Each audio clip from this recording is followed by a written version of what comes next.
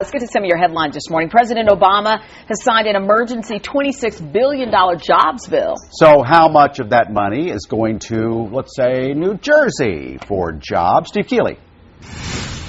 Well, the main jobs we've been talking about on this show for a couple of months now is the Delaware River Port Authority, and we have some big breaking news on that. But first, let's get back to the Obama jobs bill first. And with us is the most powerful Democrat in New Jersey, a member of Mr. Obama's party, proudly, who stands with the president while a lot of people are standing away afraid of him.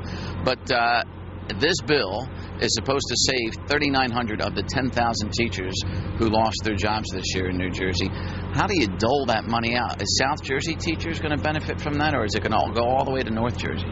Well, you know, Steve, we're not even sure how it works yet, to be honest with you, because the money's coming in so late, and how it's going to work, what districts get what. You know, originally the governor wasn't even sure he was going to accept the money, but you can't turn it down. So one, we got to figure out how it works. It's great that we're saving jobs, but it would be nice to see government federally looking at the private sector too, to make sure that money gets into the private sector more, because we haven't done enough to stimulate the private sector economy. It's important to protect teachers and police officers, but there's more than just the public sector. The private sector's hurting too, and we need to balance it. Quickly, what should they do then for the private sector? Honestly, get some real money so we can get some bricks and mortar going. You know, the last time... You mean real money? You mean another... No. If you're listen, we've done enough financially. We're broke. Just because they can continue to print money, they shouldn't always do that. That's a problem. The problem is we've given most of this bailout money to governments. Stephen, what do you have to show for it? You know, all it did was delay the inevitable, and it delayed a lot of decisions, tough decisions that had to be made. If we had put the money to where we could have really stimulate the private economy, like, when we did the rebates for buying homes, it actually helped the economy along. Cash for clunkers helped the car industry along. Just giving money to governments to delay the inevitable decisions that have to be made, I don't necessarily agree with. How we're going to deal with this money, I really don't know how it gets divvied up, but, obviously we got to make sure it's fair across the state. All right, well, the one thing you can have some say in is divvying up all the money that the Delaware River Port Authority makes. It's just a big pile of money on a table.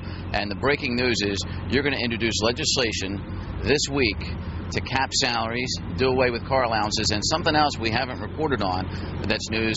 They have credit cards that they can use, and they can say it's a lunch expense or whatever, but we don't even know what they're using these credit cards for. We haven't gotten those bills yet, and you're going to do away with the credit cards as well.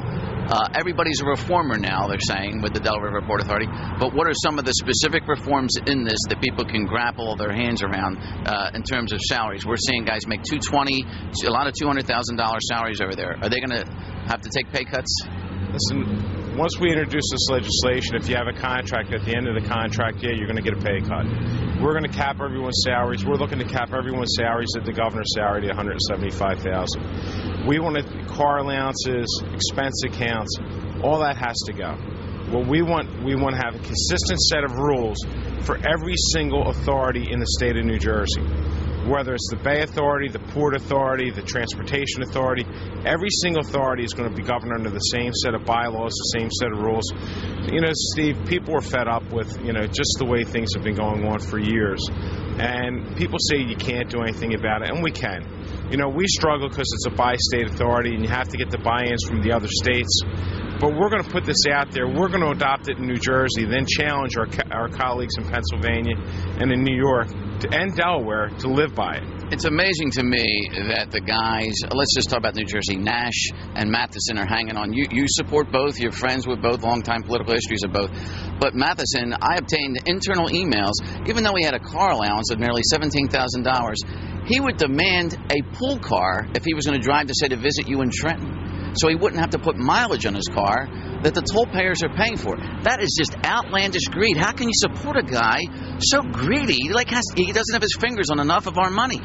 Steve, I honestly think John has cleaned up the Port Authority a great deal since he's got there. You know what? When you say stuff like that, people at home just laugh. I don't even know how people get votes when they say things like that. He has not cleaned up the authority. We don't even know what his expense account is. He's taking a pool car when he has a car allowance. How do you explain that, first of all? I can't defend things like that, and I'm not going to. But what I'm telling you is, when John Matheson got to that authority, it was in a lot worse shape than it is. We have to work with 2 states. And, we have to ask. You can't do anything on your own. You can't give an edict and say, this is what you're going to do. New Jersey had reforms in 2003 that Pennsylvania wouldn't go along with. And, and it has to be both sides to do. Don't you think just getting rid of that guy will tell the public we're changing something? Keeping him sends a signal to the public like, you know what, it's same old politics. Don't you think just telling him go away, take your fat pension, and actually earn an honest living like the rest of us? And you talk about the private sector. Add to the private sector, Mr. Matheson. Get out of the public sector, make an honest living, and go away and send the public an image. We're changing things at the Delaware River Port Authority. Why do you insist on keeping him there? Because I honestly think he's done a good job. We'll disagree. You could point to a car, taking a car to Trenton, and I'm not defending that. But I know John Matheson has done a good job with what he's been able to do. You have to get a buy-in from the commissioners to do anything there. And it's a constant battle between the states, whether it's New Jersey. If New Jersey wants to do reforms, Pennsylvania doesn't want to do it. If Pennsylvania wants to do something, New Jersey doesn't want to do it.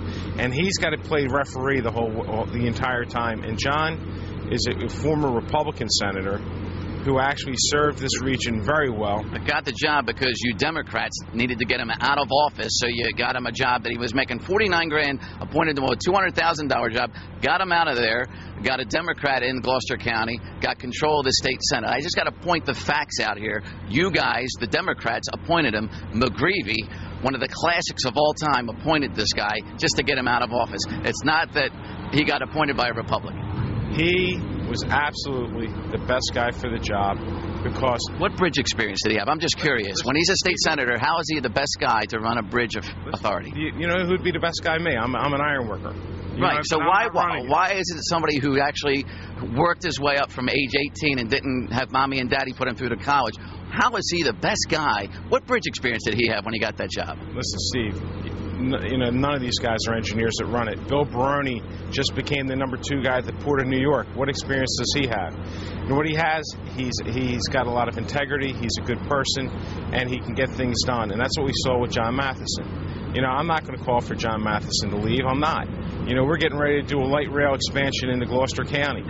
He's great, and he knows what he's doing. And we're at a critical juncture, and to change leadership because of the problems that we had with commissioners more than anything, not wanting to reform. He's done the best job he can with what he has to work with. All right, Steve Sweeney, one thing we can always tell you, you come here, you face these tough questions, and you come time after time, no matter how often we grill you like this. Glad to have you. I don't know how they're going to afford a light rail when they're already hundreds of millions in debt, but that'll be another issue we'll debate. And we'll talk a little more off camera, have more from Steve Sweeney at 9 o'clock. By the way, we do a weight loss thing. Steve Sweeney, me and Chris Christie are trying to get everybody in shape. What's your weight at now? I'm down to 245. And the breaking news is Chris Christie has lost 40. Chris Christie, the governor, lost 45 pounds. It may not show it, but he's doing his work too. That's good. Governor Rendell, of course, Pennsylvania, doing great. Lost weight too. Thank you both very much. All right. All right.